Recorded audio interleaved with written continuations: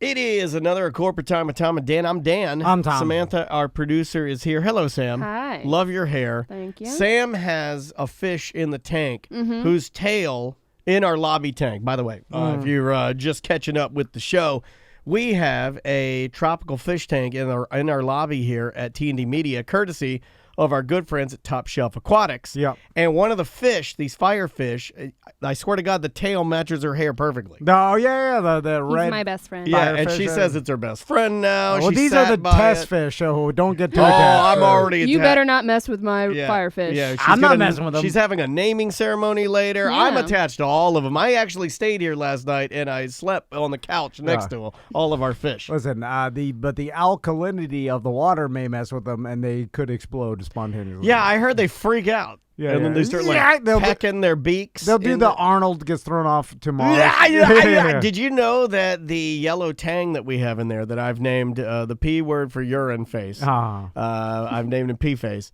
Did you know that he is in the sturgeon family? Really? Yeah, I did a lot of research this morning, man. I'm getting really into this. It's totally fun. I want to research the corals because Sean from Top Shelf told me He's the corals best. where it's at. Oh, he's yeah. like, yeah. And he's so calm, and I'm like, you love your job? He's like, I've been doing this 20 years, man. He's the best. I need to get the rarest coral in the world for our tank. Well, you better get your wallet out because, like, some of those frags are like, $10,000, $15,000. I know some guys that could go chip me off some. Yeah.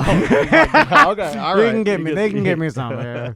My Uncle Randy, he could go to the Keys. And, he could find he'd throw it in his jean shorts. Well, if you guys ever want to check out FishCam, you can always go to twitch.tv/Tom and Dan Live. It's on right now. You can watch it as we're talking. You get to see all of us on live, beautiful HD quality cameras, and get to see our fish from Top Shelf Aquatics on FishCam. So for those of you that don't watch Twitch or have never logged on, if you go to your smartphone and search in Twitch in your app store, download Twitch, it's free, and then subscribe to our channel, Tom and Dan Live.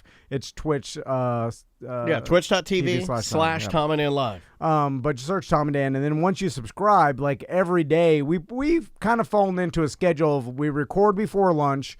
When we go to lunch at noon, we put on FishCam, and then we come back from lunch. And it is proven, and this is proven, this is science, that eating lunch while you're listening and watching FishCam will relax you and ease you into the second half of your day better than anything else out there. This is a testament to our brain power of putting something together that's going to calm you down and make your life better. And the camera kind of films through the tank, so you still see us in the background in the studio having our lunch and walking around. Or if you're Butler, this morning, he was humping the glass. Oh, okay, Because he's a child. He's a child baby. You'll see Butler chopping Dancing, and humping. Yeah, he does a lot of hump chopping. And then I'll I'm sorry? pace back and forth, talking on the phone. Yeah, talking about cutting boards and aprons and stuff and merch. Anyway, so I got this theory last night, and we have a BDM on the line. Okay. Maybe we'll bring him up because he can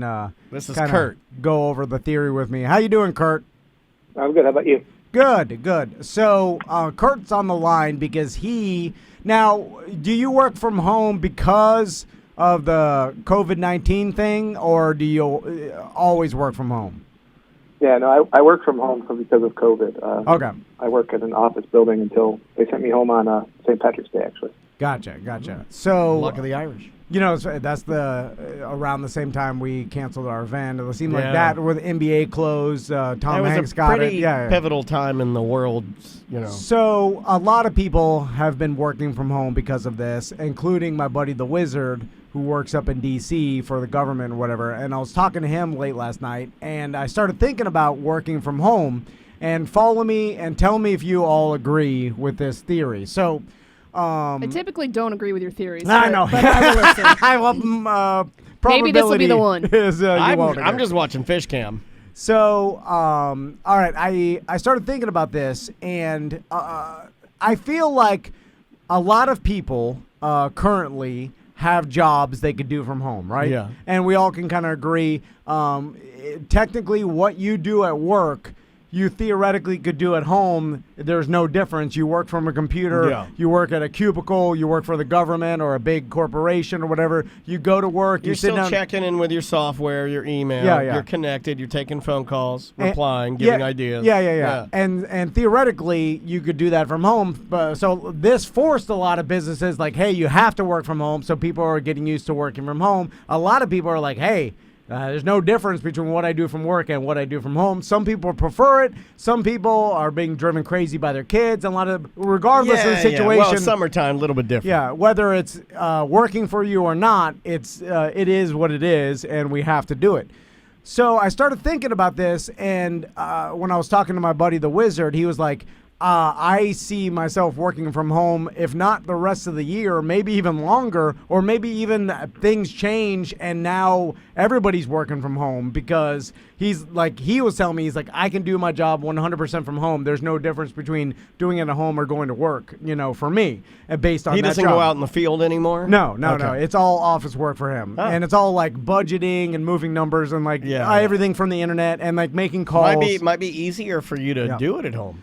So then I started thinking, I was like, well, I can understand the pushback from the normal boss not wanting all his employees to work from home, because I bet in his mind, or maybe if you're the business owner or the manager or whatever, and maybe in government and big corporation, it doesn't make that much of a difference because they probably don't like they're just a cog in the system anyway. Sure. But if you're maybe a small business owner or a medium business owner, you may not want your employees working from home, because in your mind, if they're at home, they're just effing off or like not doing, right. You can't oversee them. They're just at home. So you're like, I bet they're wasting a lot of time. Anytime I've told you guys, like, oh, I can do the rest from home, I'm just effing off. Yeah. If I'm just being honest. Yeah. Like, I already have a plan and maybe it's already done, but it's not. Yeah. And I imagine a lot of people working from home, like half their time is spent hammer-handing or in their underwear or just searching you do YouTube. that first, and then you're like, all right, I got to get serious now. Yeah. And you wash your hands and you get to work. But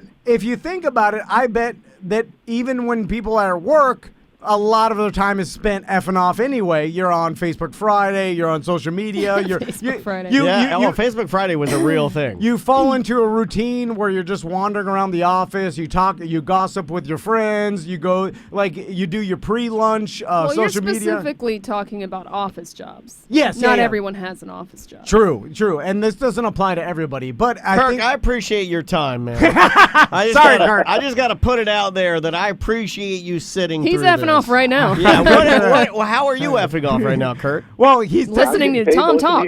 Yeah. Technically, he is working. He's on the clock. Yeah. Get to work, Kurt. But I know this is long-winded, but my God, get to the point. I have a point. We got to go to break. I promise I'm getting there. I'm comfortable. I got snacks, my seatbelt's on. I'm ready to commute. So the business owner may not want their employees working from home because in their mind, they're like, I don't know what they're doing. Productivity goes down. Yeah, productivity goes down. But I think that the people are spending just as much time effing off at work as they would have at home. Like, no matter what, employees are going to waste time. So you think it's just their nature. Productivity is exactly the same? I think it can be, and the reason why I think there's a lot of maybe apprehension of having employees work from home is because the bosses or the owners think they're just going to waste time. But what they probably don't realize is they're wasting just as much time at work. And I started thinking to myself, when I used to have corporate jobs, 80% of my time was waste. I tried to do as least as possible.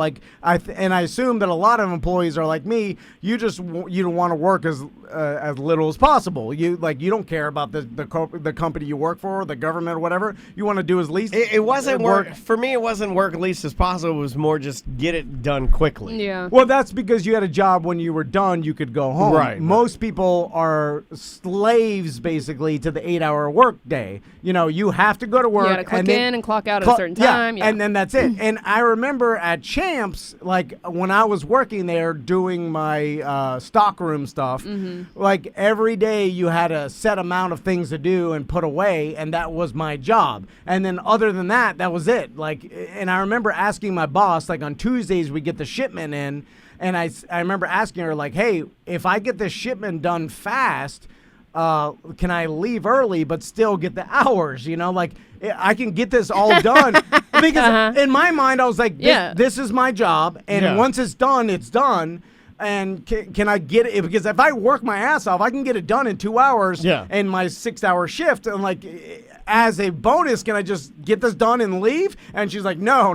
You have to be here to get paid. Yeah. So you have to, and you have to be working to get paid. Yeah. So then all I did That's why you stretch it out, buddy. Is stretch it out, work slower, waste time. Because I could have done it in 6 hours, 2 hours.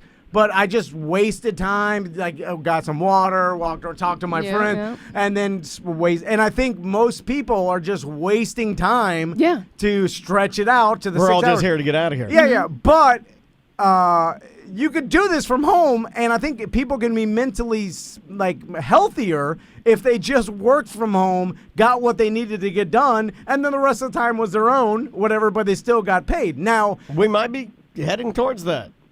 Now, but I don't know if this theory works out. Now, this is why I have Kirk on the line. You heard is it my Kurt or Kirk? Yeah, Kurt what is it? with Kurt? a T. All right. It's Curtis, actually. But So, Curtis. Kurt, you heard me rambling on for an excruciating amount of time. That everybody is tired. Thank you for your service, Curtis. And so I'm on the clock for that. You're a real American hero for sitting through that. do you subscribe to my theory that you wasted just the same amount of time at work than you do now If he working does a from home? one-word answer, yes, and then hangs up, I'll give him $100. and because at the end of the day, I'm still talking that business owners can actually I say thought you were going to let him answer. Sorry, I'm not letting you. Stay I'm not safe letting you out talk. there. Stay safe out there, Curtis. Jesus, man. Because technically, Why did we call him? That was my point. If He likes to have new friends listen to his theories.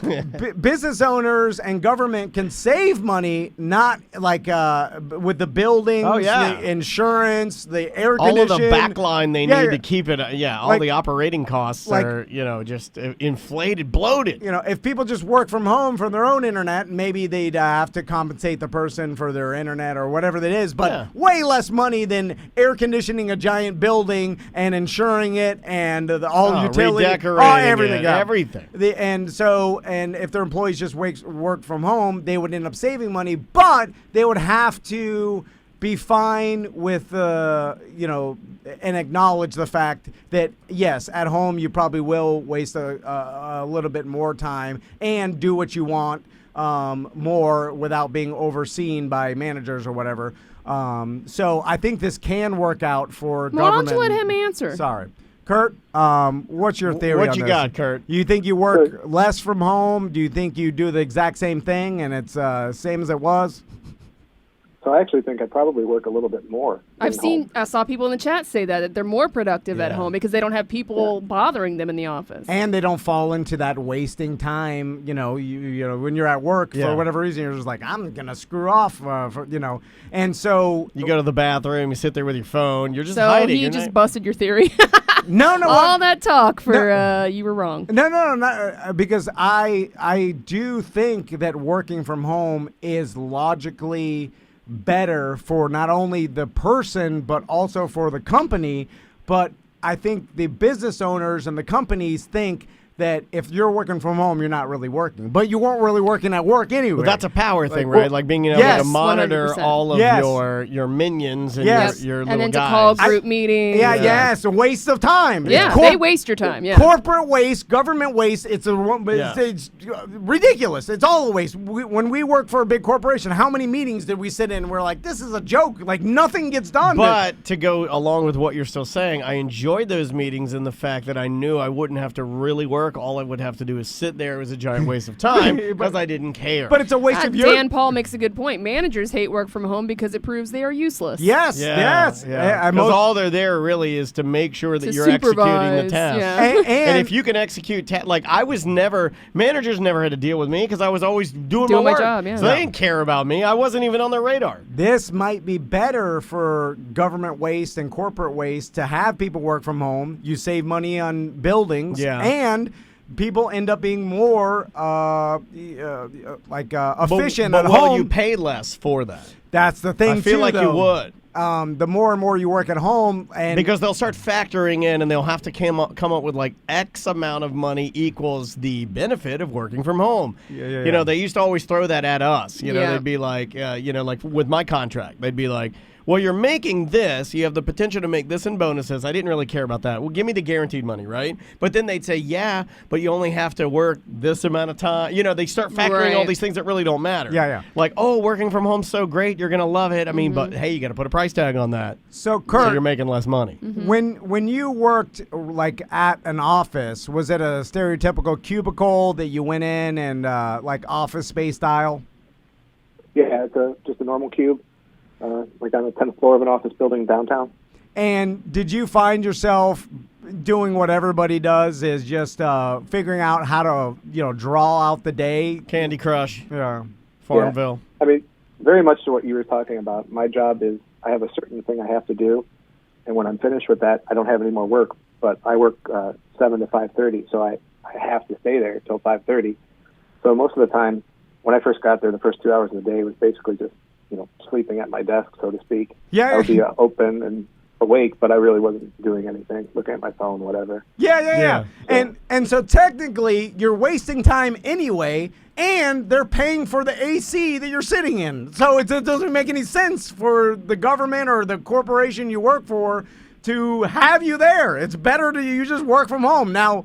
Because that's what I think people aren't factoring in, is like all your employees are wasting their GD time all day long. Yeah. Everybody is, and you can't stop that. Yeah, but at least I Butler's can doing see it right them. now. I know. He's right behind you. At Yeah, least I but- can see them working. though. Exactly, but here, that's what I started to realize, that because I was like, well, Butler could technically do his job from home, but I'm like, I don't trust, if he's at home, he's just sitting there. Yeah, but when Yeah. he's here, playing all he video does games. is distract I you. I know. And So then that- I have to yell both of you. He's in there playing Animal Crossing, so one way or the other, he's going to get his Nook miles in. I mean, he's going to either do it at home or do it here. I mean, it's happening. So I understood the psychology last night. I was like, oh, I get it. It's like the bosses don't want their employees working from home because they're like, oh, they're going to waste time. But they're wasting time anyway. So it's better that they work from home. It's better that everybody, you'll save money. The companies will save money. Every employee is going to waste time. Dan Paul said he also had a guy that got busted for attaching his computer mouse to an oscillating fan to make it look like he's productive. That's Oh, hilarious. That's pretty So I dope. did that yesterday. Yeah. Did No, you really? did you really? Yeah, because they want to make sure that when you're on your laptop, you're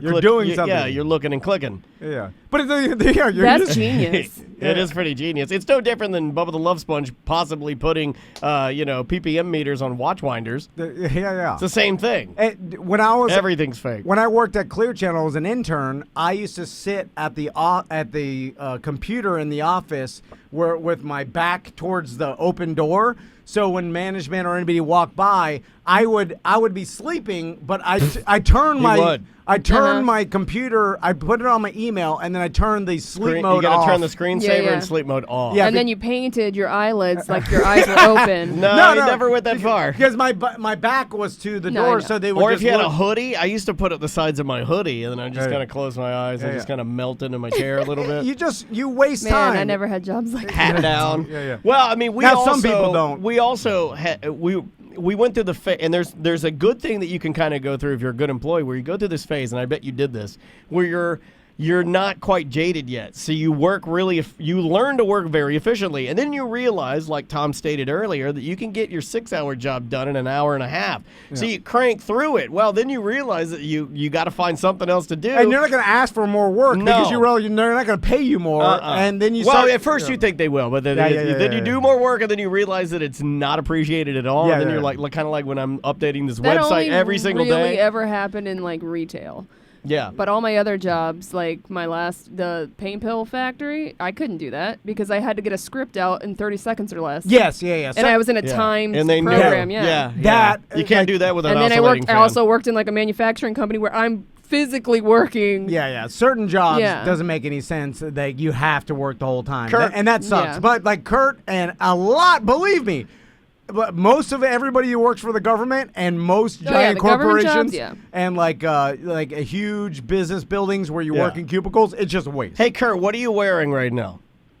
I got a pair of mesh shorts and a sleeveless T-shirt. Awesome. So if you think about it, Kurt, how much more happy are you working from home as far as let's say you have a job you can get done in a full 8 hours you normally would go to work and then come back to commute and everything.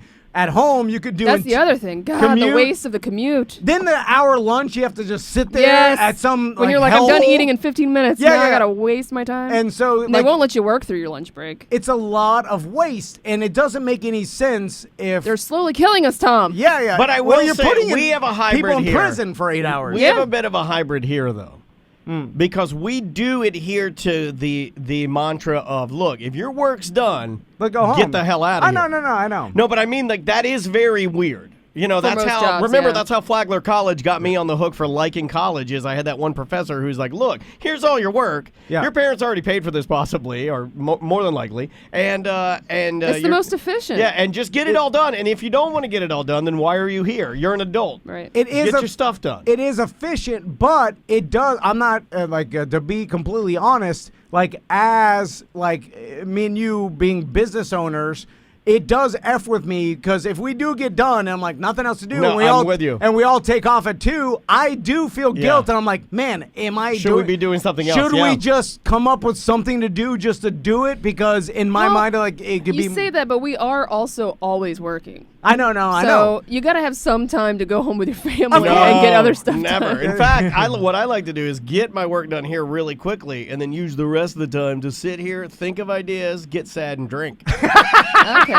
Well, everybody has their own enjoyment in life. But we gotta now. I sit out there and have a beer with my fish friends. But again, I think it's all just brainwashing from American work ethic of hey, you have to work 8 hours. Oh, well, dude, Canada is going to going to a 4-day work week. Yeah. I want to talk to Canadian Josh about this, and they're saying that quite possibly that might be almost a perfect. But is it blueprint an 8-hour for 4-day work week? No, Because I did 4-day work week, so it was 10 hours a day. I think it's more. I work a 4-day work week. I know a lot of 10 people hours? that kind of do that.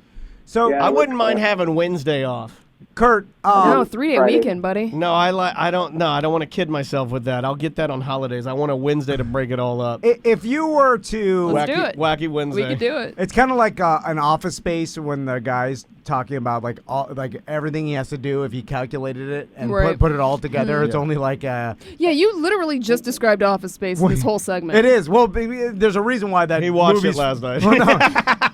The reason why it's funny is because it is holds true. up. And Yeah. it holds Yeah. up too because we're so. It also goes along with the reason you're bringing this up. Let's really boil it down. Oh. You have always had, and this is a compliment because this is not a bad thing, but you have always had a problem with the tradition of just doing something because that's just the way we do it. Yeah. He hates that. He's always hated that. Well, why are we doing this? Well, I don't know. Tradition. It doesn't matter, but Just this the way is we just do the it. way we do it. Yeah, it bothers me There's to nothing no that end. bothers him more than hearing somebody say that. I can see you get tilted when you hear that. So then I started thinking, I was like, man, this may be better for everybody. And I was like, it's better for the business because they will save Yeah, money. my wife's working more though, so I don't know. I haven't figured it out. Maybe it will become. Well, the problem with her is she's so driven that her own, You're right. her own, that's her. It's like when I that's worked her in own the mental. It's like when I had the home studio, I was like, I don't think I'm ever not in the studio. Yeah, and you're yeah, like, yeah. yeah, you idiot, because you choose to be in the studio. So she's so efficient and organized and driven that she's going to end up working more.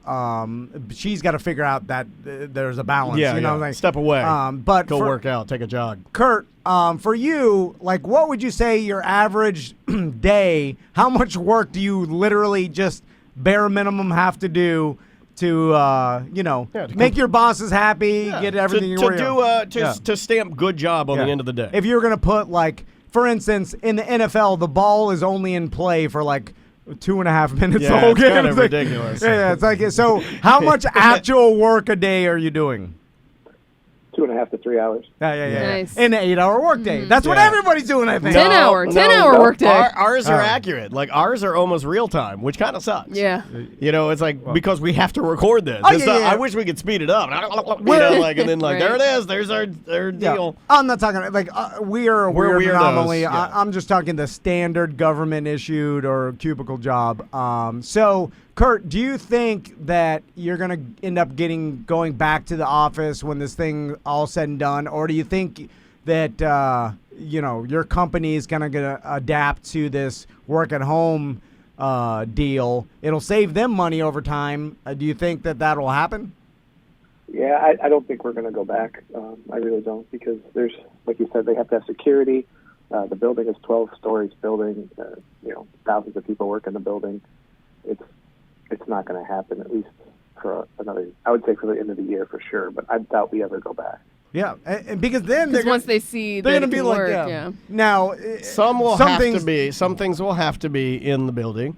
Some things, I think, they will seriously look at this to cut costs. Some positions will be eliminated probably entirely. Yeah. And then some positions you can do remotely. Yeah. And that'll be the new norm. And I guess we'll have more people going remote. But then it also makes me wonder what that's going to do for, like, parents that need childcare that might be in a building and the building's gone now. Yeah. There's a lot of more complicated there's so things. many. Then it just starts spider webbing out into like craziness. And American culture, we have a work culture where you go to work, you go to some place, like Yes. you child You care, commute. you drop it, Yeah. so. We're the commuting people But then in cars, not bikes. you start thinking like, all right, if you work from home and you actually only work 2 hours a day, maybe you can take care of your kids and work from home and get paid a full 8 hours. Yeah. So then almost like you're saving money on childcare and getting paid a full-time, job, but you're only working the 2 hours because that's what logically or like you only worked anyway. So what does it matter? Yeah. Kurt, I really appreciate you calling us and breathing. Oh my God. I got to tell you, I needed you, some of Kurt, the best to breathing listen. I've ever heard on this show ever. Being a good listener is a trait that no one really compliments people Well, you for. forced him to be. You know what they always say? Measure twice, listen once. Can't pull the wool over my legs. And Kurt, my final question: could a robot easily do your job? No, mine could not be replaced by a robot. I said that so confidently, it absolutely can. Somewhere there's a robot saying the same thing. A little bit of AI. I think my Alexa could do your job. Yeah, I mean, literally, our fish tank feeds itself, cleans itself. I mean, like, come on, man. Yeah. I'm pretty sure you could sign a couple papers, send in some emails.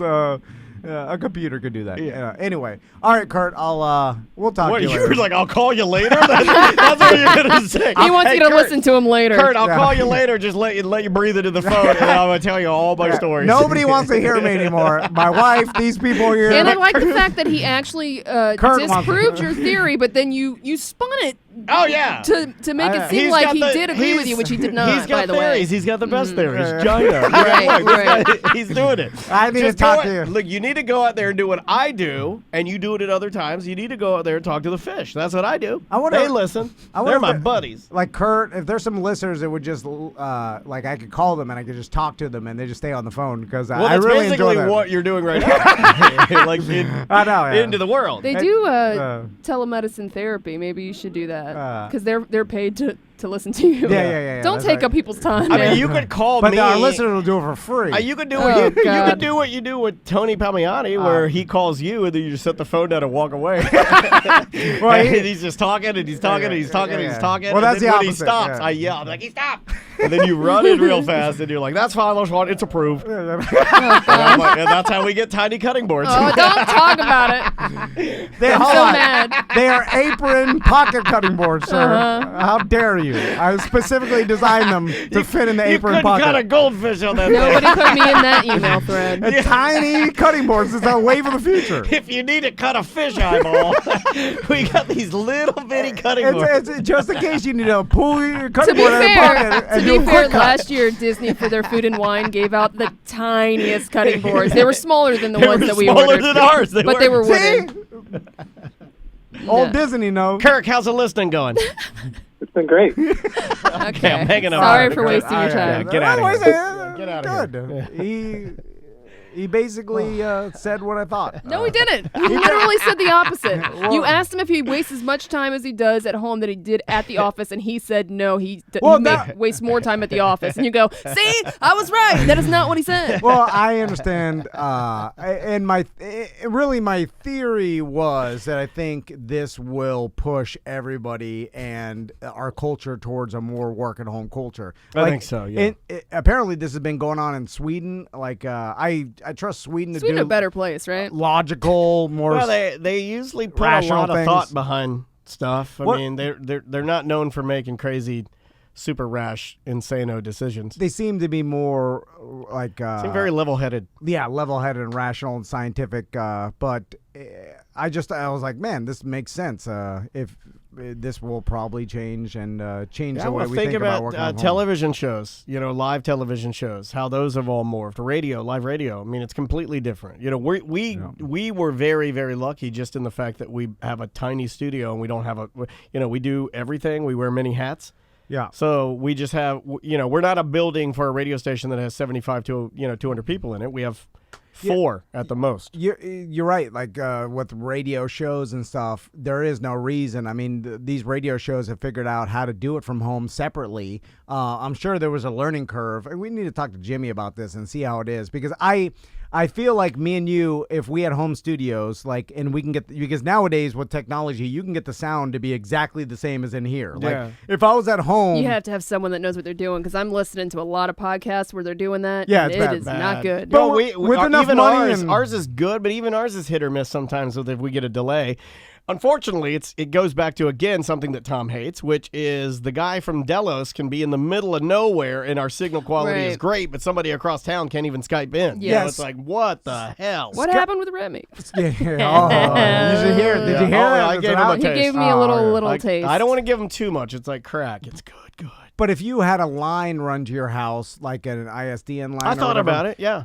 Like if I had one at my house, then theoretically, like Howard Stern's been doing this for years, where like Corolla used to have an ISDN line. He used to bring in like comics, and they would do the show with them, and they would be. And I think Howard had his for like production work and stuff like that mostly. Like other Kevin and Bean and some other radio guys would do their shows separately. What's the guy, the super rich guy? Joe Rogan. No, the morning show guy. Cool black dude. Tom Joyner. Tom Joyner used to do his house from his home studio, right? He hadn't been in. I think he just stopped doing the show like this year, but he wasn't. For like 20 years. I want to say for like some obnoxiously insane amount of time. And this guy's the best of the best. He would never be in studio. Yeah. The comic would show up, and he'd be like remote in from somewhere else. His house. Pretty damn amazing. So it shows you it can be done, but there is going to be a learning curve, because I've been doing this so long with you talking to me. I like this face. better. I do, because the timing's just too off. But if we were forced to do it, like let's say I just quit. We could do it though. If we were forced to, and we'd get used to it, and I'd go work for Top Shelf Aquatics with Sean and be his assistant. And I bet your listeners would eventually not know the difference. You see what I'm saying? Like like at first it would be like something's off, and then it would be like, oh, it's sent back to normal. I mean, I've listened to all and exactly what you're describing is exactly what happened. Initially, when I listened to all the real radio shows, or like the ones that I catch coming over here, they all sounded a little off. Now you listen, it sounds back to normal. Fine. Just fine. Everybody sounds great. So then all the like Clear iHeart or whatever, now they don't need $100,000 studios and stuff. Like you start looking at it, you're like, they're building one right now. So I know. I don't know their plan. Figure it out fast. I mean, it's gutted, I believe. I just found it interesting that this could be the beginning of a change of our culture, that in the future our kids will be like, you used to go to giant cubicle buildings? That's bizarre. Why'd you do that? Like the internet exists. Like they'll start being like, everybody just do this from their house. And then you have your outliers who, just the thought of working at home is too much home. No, of course, I like going to someplace else. I mean, it's just like people that don't like to cook. Some people just like to go to restaurants. I mean, it's 100% the way it's going to be. 100%. All right, we got to take a break. We'll be right back with more Corporate Time. Welcome back to Corporate Time with Tom and Dan. I'm Tom. I am Dan. You want to close out the show with some voicemail emails? Yep. And Norm asked when we're going to do the fish name bidding. Oh, yeah. We have a FishCam now. We put it on during the breaks. If we're taping live, we let you guys watch your FishCam. But so these actually are test fish that Top Shelf put in there because apparently the first batch of fish you put in a brand new tank, there could be some alkalinity issues or whatever, like the salt levels. We want them to be healthy. Yeah, so you got to let these fish see how they do in the next couple weeks, and if they all survive, then we can add some other permanent fish. Maybe some of these will be permanent. Maybe some of these will be taken out, but then we'll have an idea of like what will be our permanent fish, and then we'll do the name bidding and stuff. We'll add some shrimp in there, get Samantha starfish, crab in there. Yeah. So we'll do some other stuff, but right now it's still in the testing.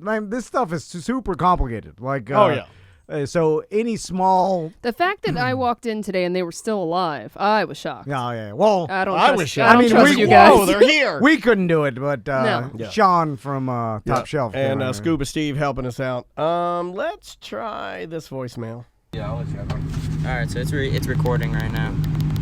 You just talk into it. And then press Yo, Tom Van, what's up, brother? This is Jeff McPherson. I met you last weekend in your driveway. You were pressure washing. I'm friends with Brett and Laura across the street. Remember me, brother? I wanted to remind you to thank Daniel Dennis for both of you guys making me laugh for all those years. I'm in New Smyrna Beach. I moved out here right now. I'm working. My buddy, the guy I'm working with, he's a BDM. So I'm using his phone right now to say, hey. So you guys have a good day and keep us laughing, all right? Peace, brother. Bye. I thought that was nice. That guy's a good guy. I like the assist. He's like, you just press this button and you talk in right here. Yeah. And then Occasion Man jumped on the phone. That, I picked that one because I'm like, that is a goddamn good BDM. He's like, here, I'm going to show you how to use this app perfectly. Leave him a message. So thank you for doing that. Yeah. And you can always sign up at tomanddan.com. It certainly helps our company. Very nice gentleman. I was outside pressure washing a plastic toy that had mildew all over it. That I'm looking for a pressure washer. You got a line on some pressure washer? I always do. What do you His want? whole garage is like looks like a PSI. junkyard of parts. It's all pressure What do you washers want? everywhere. I get you one from Matt Mormon, the old $8,500 one. I can't afford that. Whatever happened to Confetti Andy? Who's that? I'm sure he's still doing We it. got to put him in our whack pack of our team. Yeah. Confetti Andy made custom confetti cannons and special effects for the theme parks. Mm-hmm. Yeah, we met a lot of interesting people when we worked for Orlando City, which, by the way, seems like it never happened. Right? It was a weird small. Well, we were like.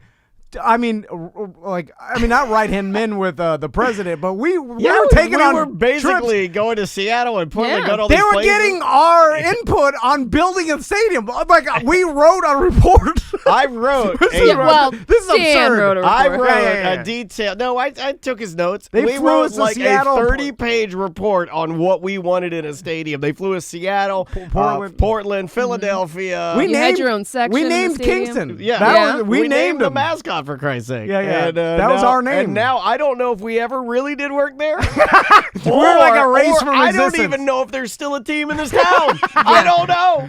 Yeah, like everything changed, and then it is weird. It's like Do we still have a team? we were so ingrained into the team. Oh, we into were like, woven into the fabric. Yeah. You had scarves made. Oh, yeah. To the We nothing, were on the to website absolutely with, nothing. with emails. We were on the website with like email addresses, like as brand ambassadors. Right. Oh, my Fatter picture than of ever. Oh, man, we were fat. Man, I want to find that. I came back from the Bahamas. I was all sunburned, and Bloated. with a young Homer Simpson haircut. and I was fatter than ever. And they like, do you want to take your website? And I was like, oh God, I'm not. And I was And they all gave sweaty. you a jersey that was too tight. Yeah, and your, Oh, no. and My then, buds. and your buds were boom boom. They were paboning out. Yeah. Boom boom. Yeah.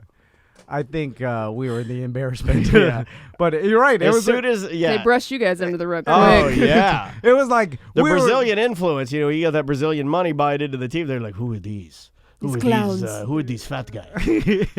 We were doing Fire them immediately. so much, and nothing. It was good. I still love Orlando City. I love them too. I just and we're too busy. You're right, though. It is funny. I look back at it. I'm like, what? Did that happen? Did I really do that? Like it went from so much to nothing. At one point, you and I introduced both Mayor Buddy Dyer and the governor of the state of Florida, Rick Scott, on the stage to usher in. You guys had soccer cast. I forgot you even did soccer cast. I forgot I even did soccer cast. I forgot we did all. We're hosting this thing at like Church We Street. interviewed Kaka. Yeah. Like we were sitting in dinner or lunch with him. He bought his lunch. We're yeah. next to Kaka and his entourage, and we interviewed him. Like, bizarre. Like this guy is a soccer god. Yeah, it's crazy. Very, very and then crazy. nothing. Yeah.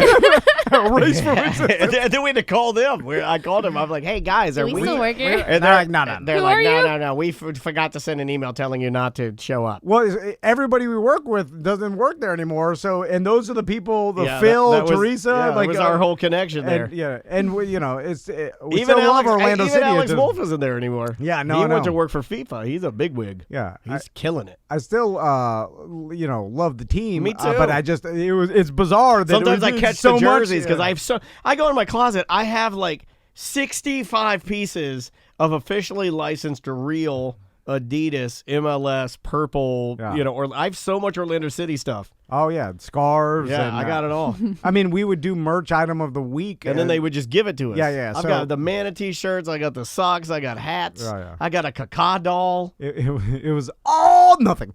Then I look back and I'm like, did I? Was that real? Yeah. Was it real? Was it a dream? It was like a short, fast, a lot. How long did you guys work for? God, I want to Well, say. Daniel did a year, and then Piggyback. when I left, I was like, hey, make me a brand ambassador. And I'll go, okay. I think we did like 5 years. No other team. It was a while. I think we did 4 or 5 years. Yeah. It was a while. But we did hit our peak when they were just like, they're like, well, we got you guys plane tickets to Seattle and a rent a car. And they're like in a hotel. All right. We're staying downtown Portland in the same hotel that they filmed Portlandia. with the president, the CEO, the vice president of Marketing marketing, like the director, most yeah. important, the vice president of on-field operations, Alex Wolf, like and then us bozos. I was like, we had no business. We're drinking in the airport, and then no one else is drinking. We're like, put those beers down, guys. And we're like, okay. And we pretend to pour them out. We just put them in our pockets. We thought it was a business trip. We were like, we were ordering beers for lunch at some pizza thing, and then I look at the basically the CFO, and I look at that guy, and I'm like, I don't get on a plane without being blitzed. I'm sorry, is the way I work. I was like, this guy, he's gonna, he may It's fall kind of like asleep when and you never wake it's up. like, look, yeah, I give He's you got so many I Xanny mean, bars. Every time I take 5 to 6 Xanny bars, there's a Heath Ledger roll of the dice here. Oh, no. Every single time. And I looked at him. I said, look, I don't get on a plane unless I'm blitzed. And they looked at me, and I was like, hey, this is like when you hire the rogue, off the cuff, unconventional bounty hunter. He's got his own style. If you want the full double D, you let me get on the plane drunk. If you don't, then you came to the wrong place. They didn't need us for nothing. We offer nothing. If you don't want me to use your money to fly around the world, that's fine. They invited us. We were like, we should not be here. This is absurd. Then they put us at a meeting in Philadelphia at the MLS. It's the MLS Super Draft, and they're like, "What do you think, brand ambassadors?" And we're like, "We agree." We're at a huge table with every team in the MLS. I'm sitting there with Don Garber. Yeah. We're talking the head of security. What was that guy? He's like used to be an FBI agent. But he looked like he got to know us. He's like, hey, bozos. He's like, hey, the bozos are here. They knew we had no business. Yeah. You guys drank on the plane, right? Yeah, I can see. You're blitzed. Yeah. Friends with the owner, huh? That's why you're here. Yeah, the owner's sons are here. No other team has any brand ambassadors, and Orlando City has 2. What? And they're drunk. Better times. They made a good decision getting rid of me. Of course they did. After we went Of through course. and detailed everything we did, I figured out why we got fired. But no one does anything. No, That's the thing. That is the we thing. did contribute to a lot. We did that mural, they just the murals are still up. I thought the city told us we have to take them down. You lied. Yeah. You lied. We did a lot for that organization. Yep. But then nothing. Could have worked from home. I bet no one even knows we ever did because everybody everybody's gone. So Yeah. they'll be like, who?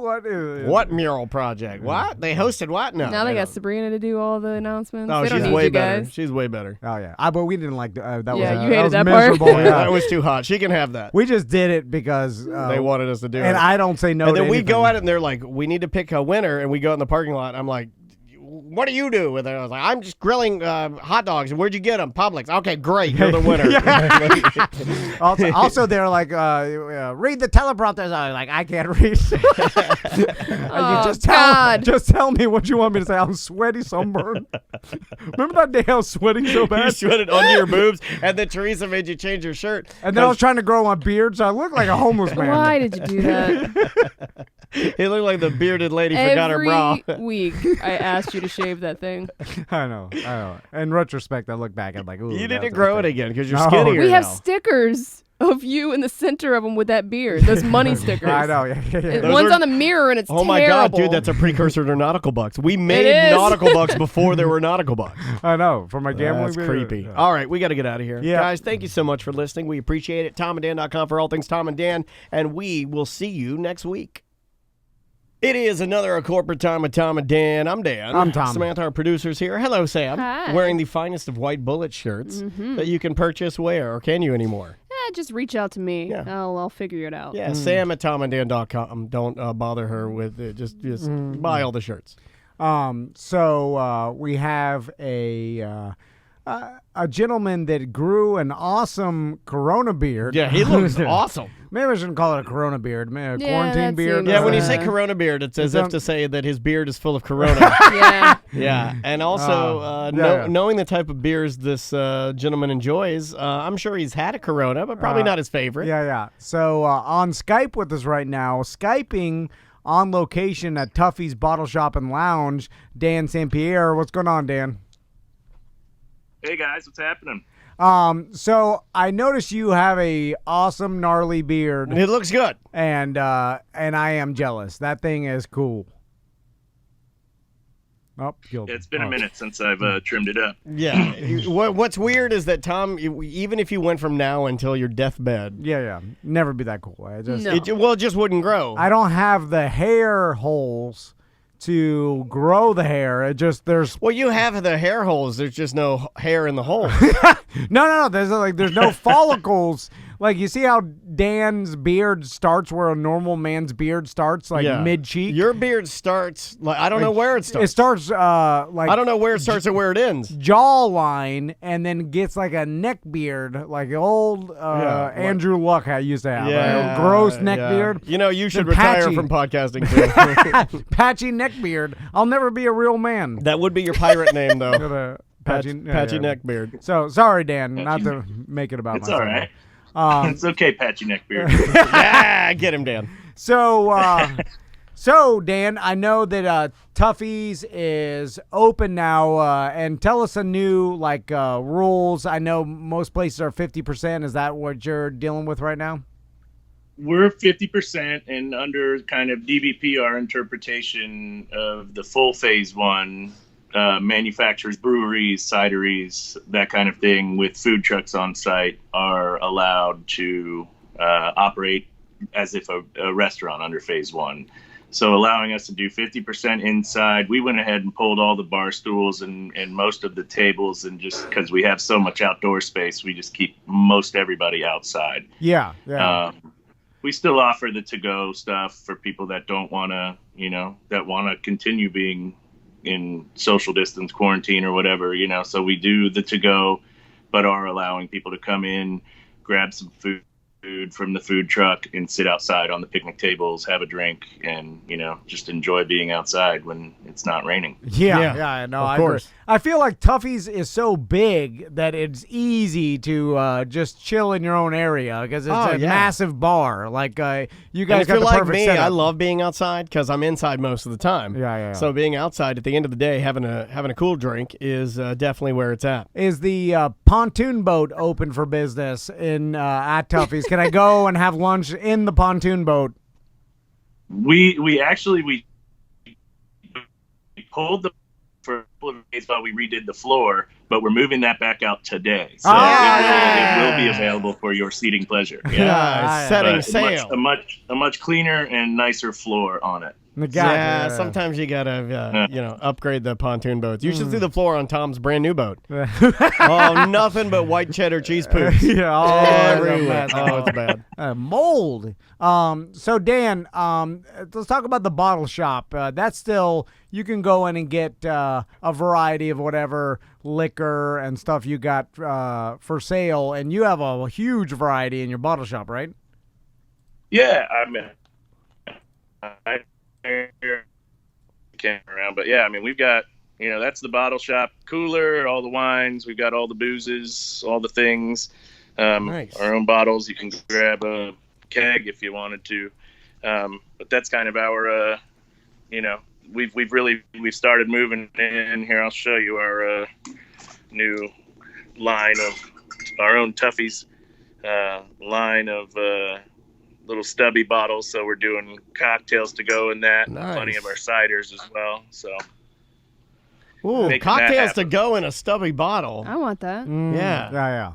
I look at those stubby bottles and I think they're my brothers. I want to go to Tuffy's and obviously be safe and just go hang out in the back patio area. To myself, maybe go into the it's a great little place to melt. But I feel like I haven't been to a bar in so long that I'm a little nervous about going back out. It's like getting back into the dating scene. I'm forgetting what it's like to go and have a drink at a proper bar and enjoy being out of my house. Yeah, I mean, it is a little bit odd. Now, when you guys are rolling these things out, these tiny cocktails, I can swing through there and snag one of these stubby boys. And what's in it?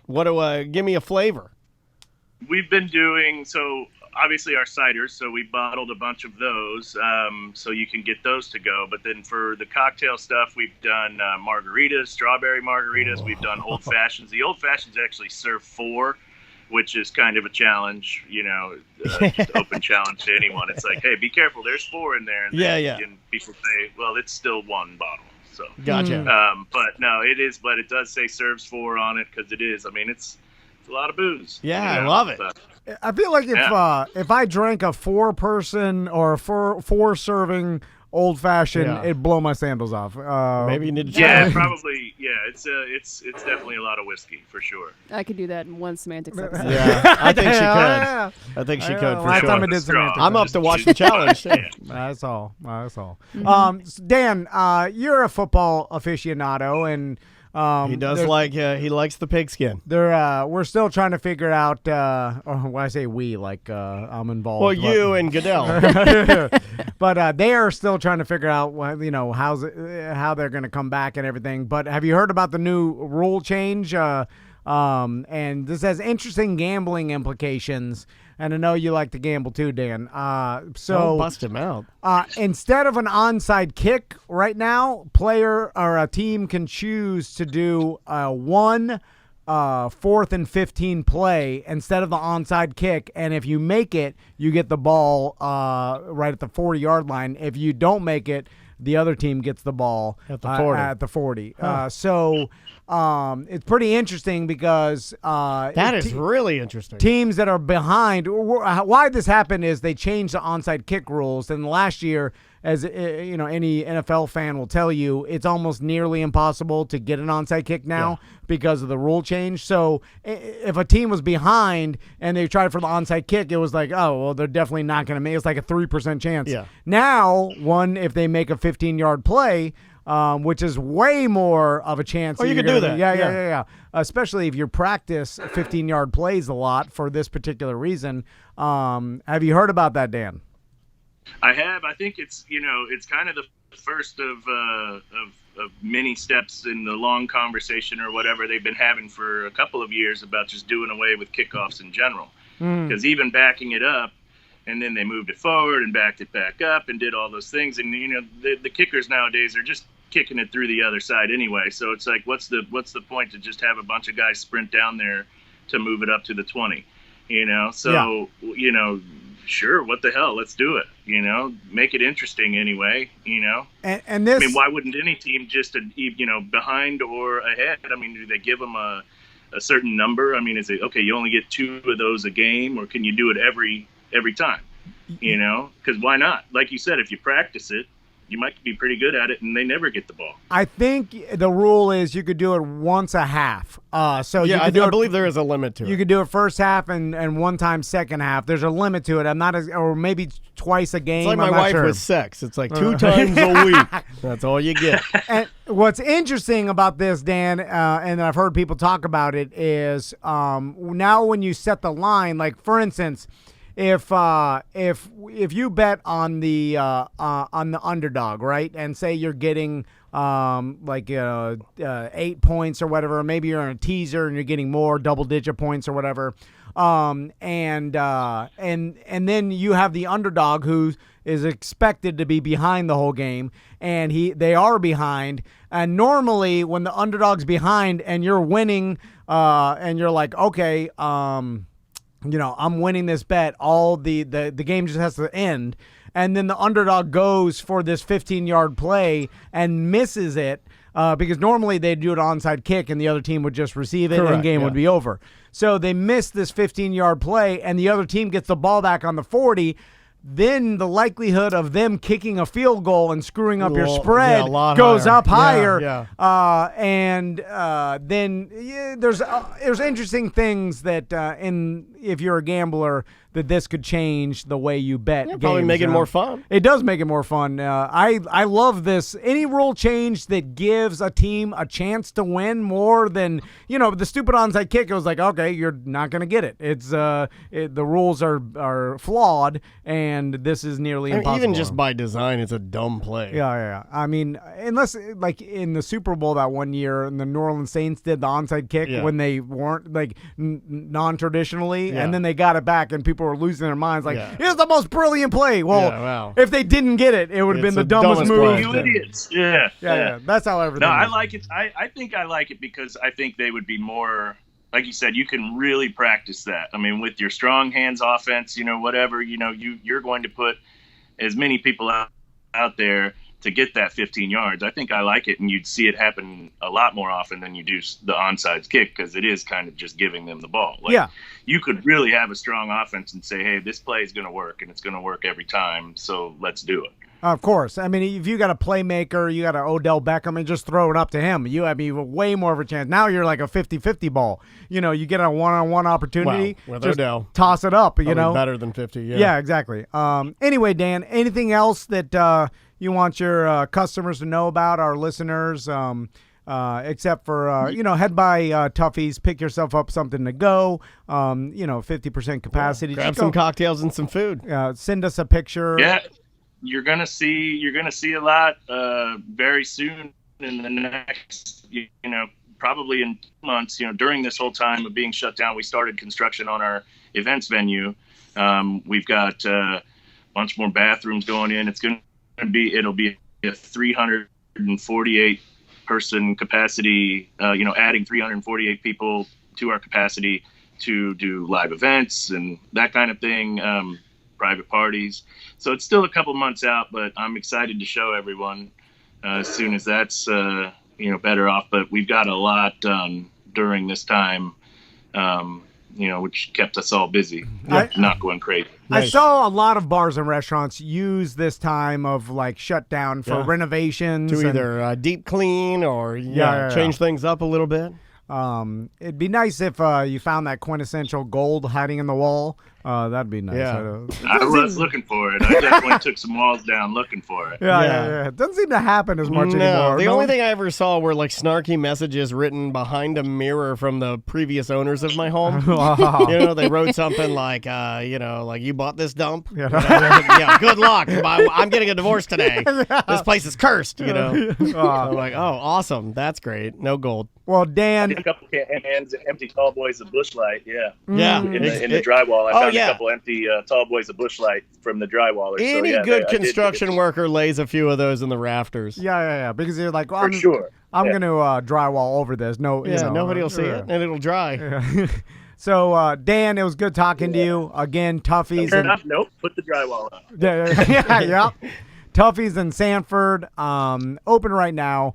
Go by there. Send us and you know what? I'll put a Tom Van game. Throw out a there. bounty on it. Yeah.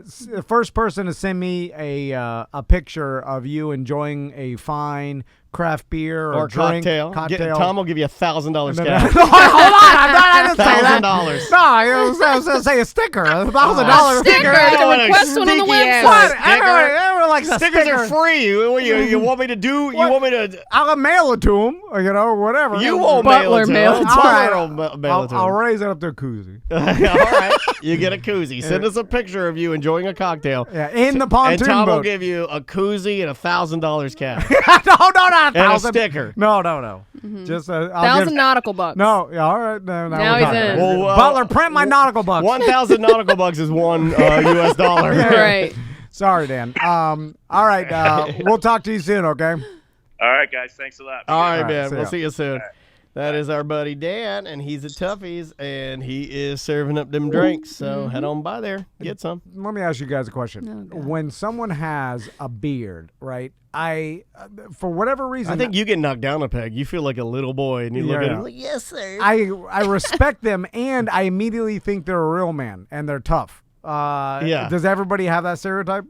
Like, Yeah, I mean, I think it's like glasses on people or smart people. Yeah. There Right. are tattoos. You're a pedophile or biker. Oh my god. They all got them. If you're missing some teeth, you run the scrambler. Yeah.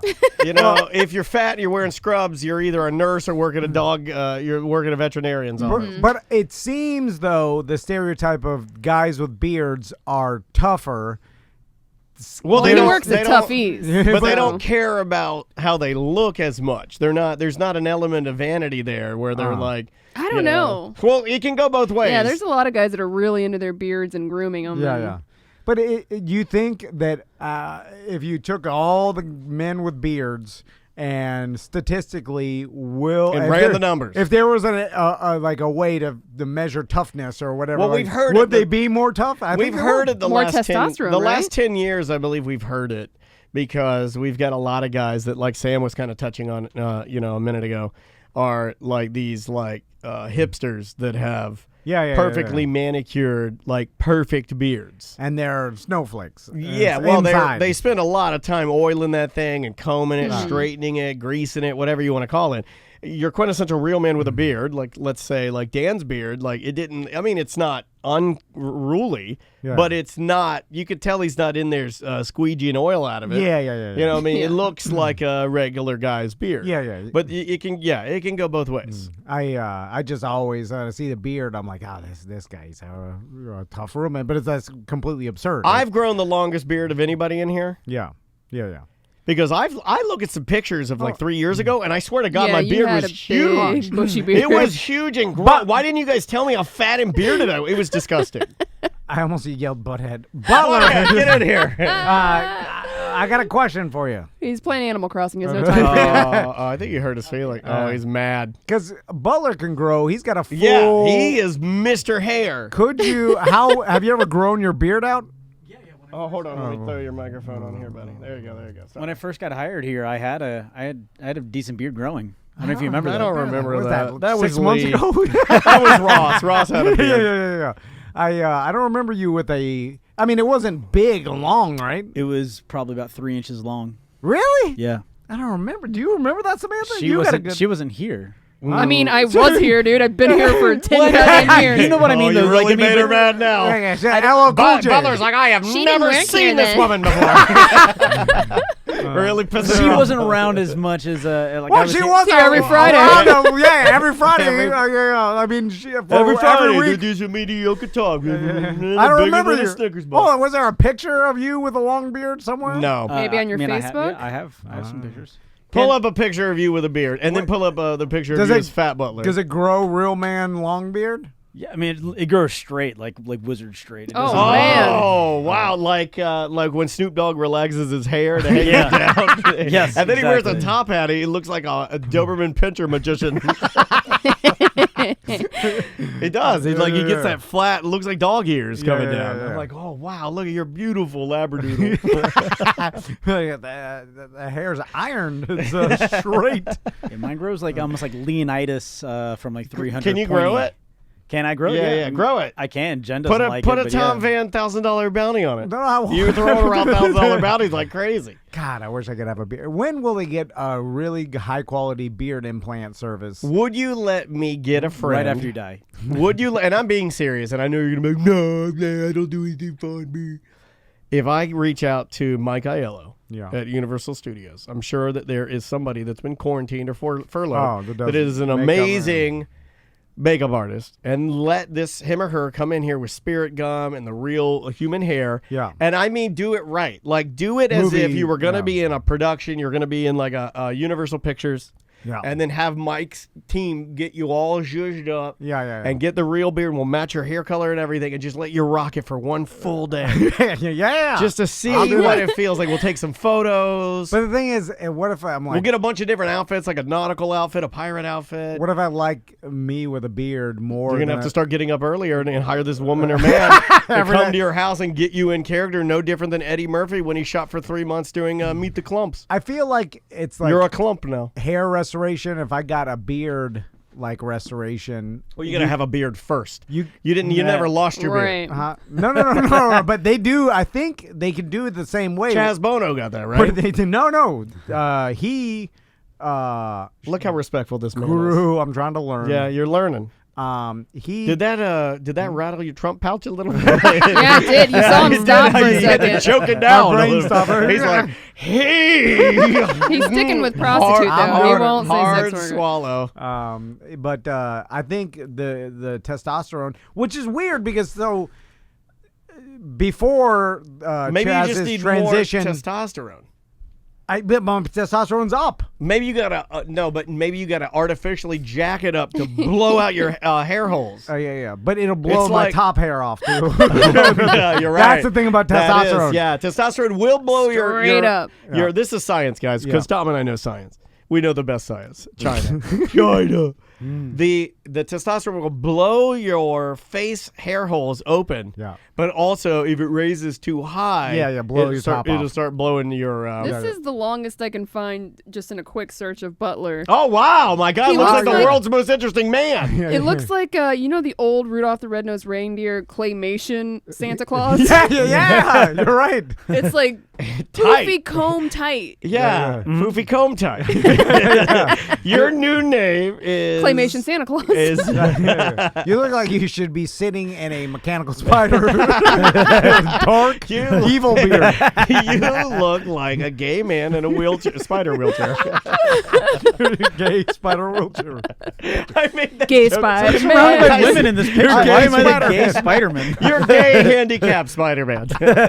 They're just your best friends. That's who that guy is in Wild Wild West, right? That's who you're talking about. Yeah. What is the villain in Wild Wild West? The gay handicapped Spider-Man. Yeah. That's what it is. Because he is gay, right? He's like a flamboyant. I've never seen it. He's very.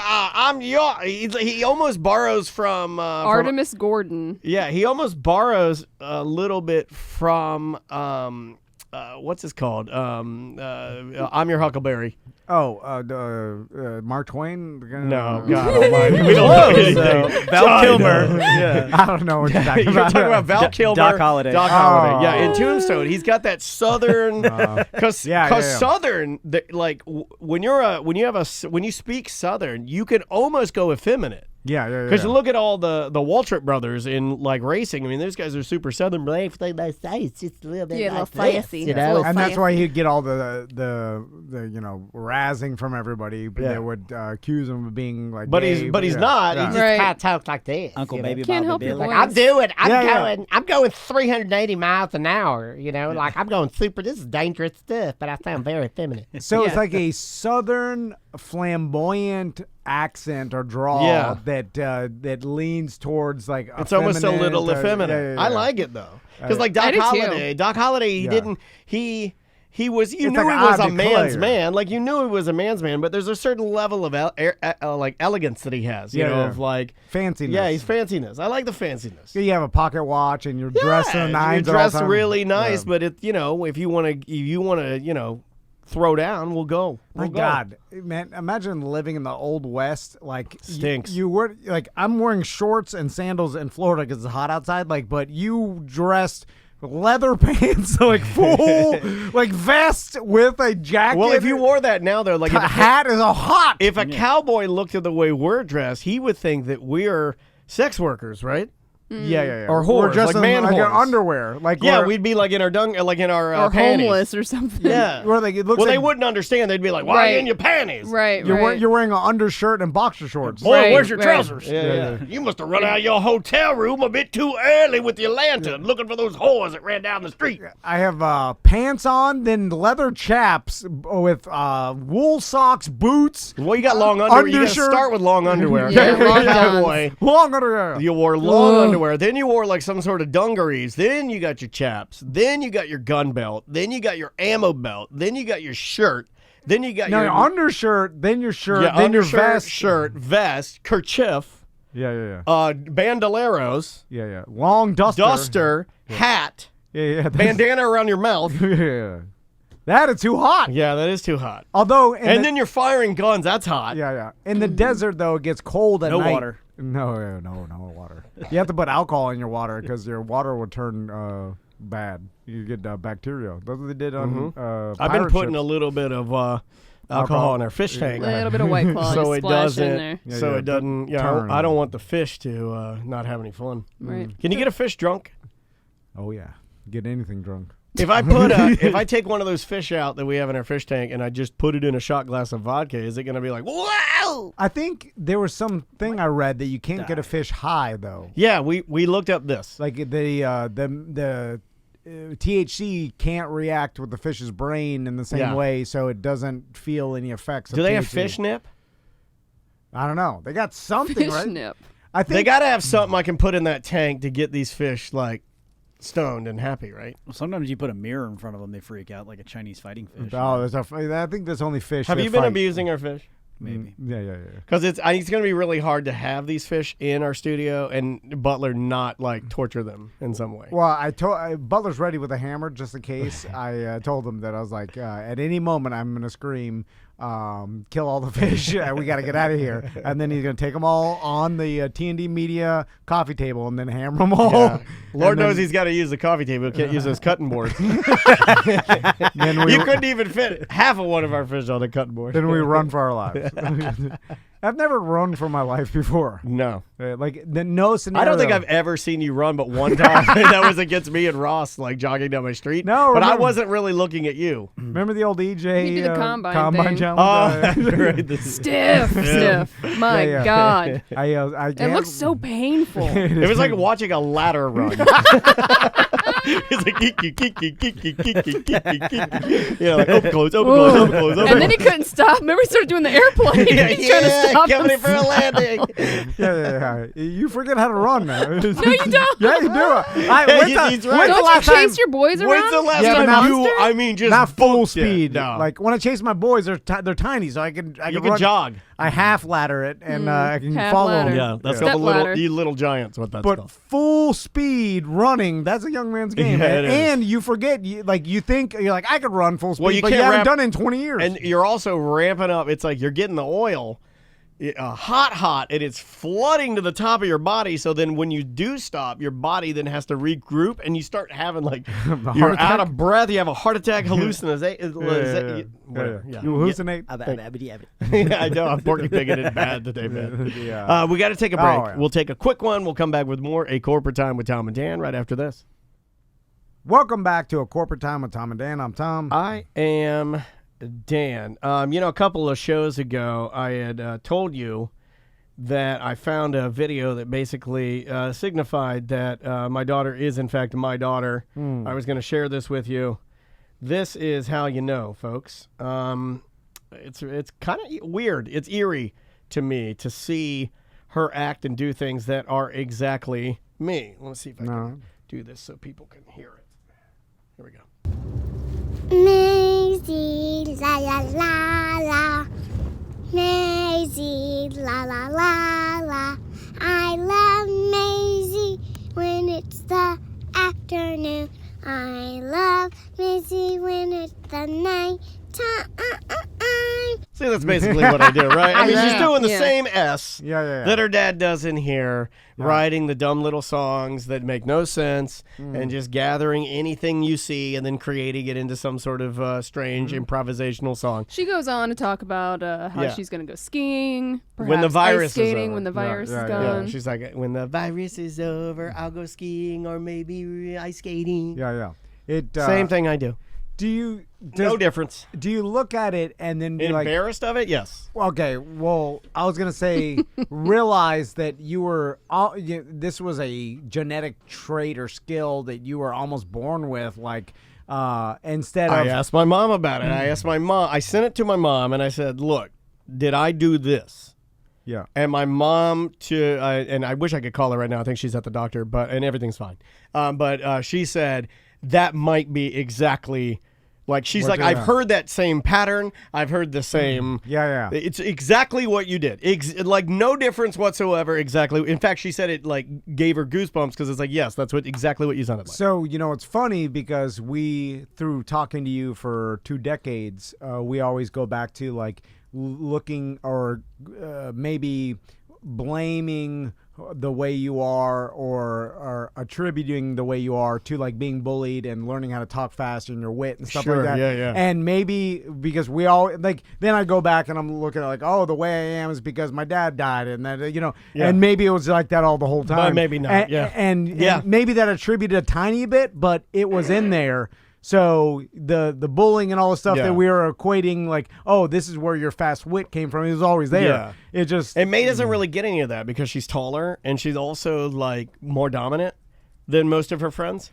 Yeah, well, at this time she was. Yeah, but I mean, there's absolutely no even slight evidence of anything like that. But you're right. That's ingrained into her. It makes an argument for the nature level, over nurture. Yeah, the nature that's inside her. It makes it an argument just as compelling as the other argument of, look, raised. this is why you, this is why your can think fast on your feet. Nah, I don't know. Yeah. I think it's a lot more the way you were born than we think it is. Yeah, because I agree. We always go back and we try to attribute like personality traits to experiences in our lives, and I think it's just where you were born. Yeah, because I think like Tommy and Max is just their personalities. But I see a little bit of you in them. Sam, is there anything that you look at like, your mom and dad and see what they do, and then like it's hard to do it that way. Well, I'm an alcoholic. That's one from my dad. Well, that you could say. Okay. That one's accurate. It's hard to look up because it is. Because they've aged. Oh, they're 20 years older than you,